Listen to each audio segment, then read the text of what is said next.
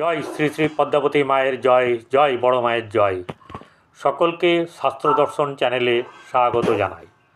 এই যে আপনারা ভাবেন বা শুনেছেন বা অনেকে হয়তো শোনেনি, 7:30 সময়ে কাউকে কাউকে রাজা বানিয়ে দেয়। সে সচিন তেন্ডুলকর হোক, ইন্দিরা গান্ধী হোক, এরকম ধরনের বহু মানুষকে পাবেন, আপনার আশেপাশে এরকম মানুষকেও পাবেন। এর রাজ কী, এর গোপনত্ব কী, এগুলো কিন্তু সবাই অনেকে হয়তো জানে না, আর যারা জানেন তারা প্রকাশ করেন। ঘটনা হচ্ছে যে 7:30 সময় আমরা জানি যে বহুত পীড়াদায়ক।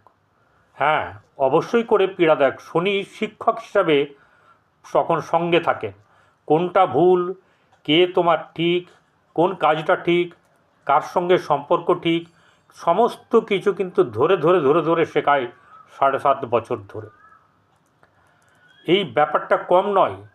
মানুষ জীবনে একা এসেছে, একাই যাবে।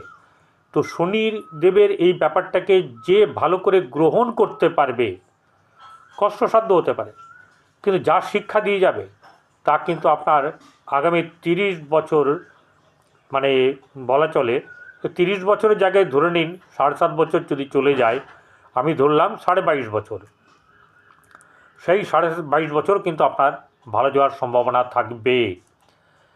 তো যদি আপনি না সব কিছু তার শিক্ষা ভুলে যান।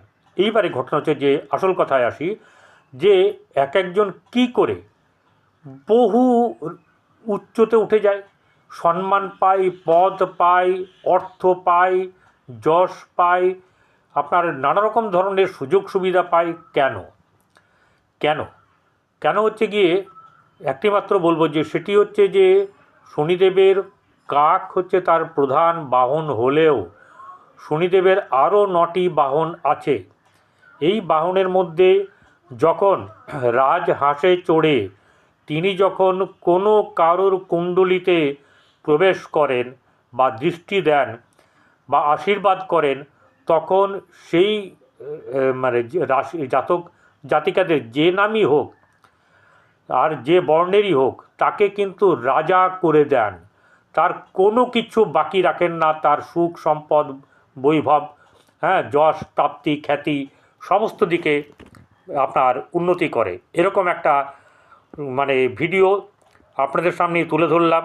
আপনারা সাবস্ক্রাইব করবেন, পাশে থাকে বেল আইকনে ক্লিক করে অল বটনে প্রেস করবেন, লাইক করবেন। ভালো থাকবেন, নমস্কার।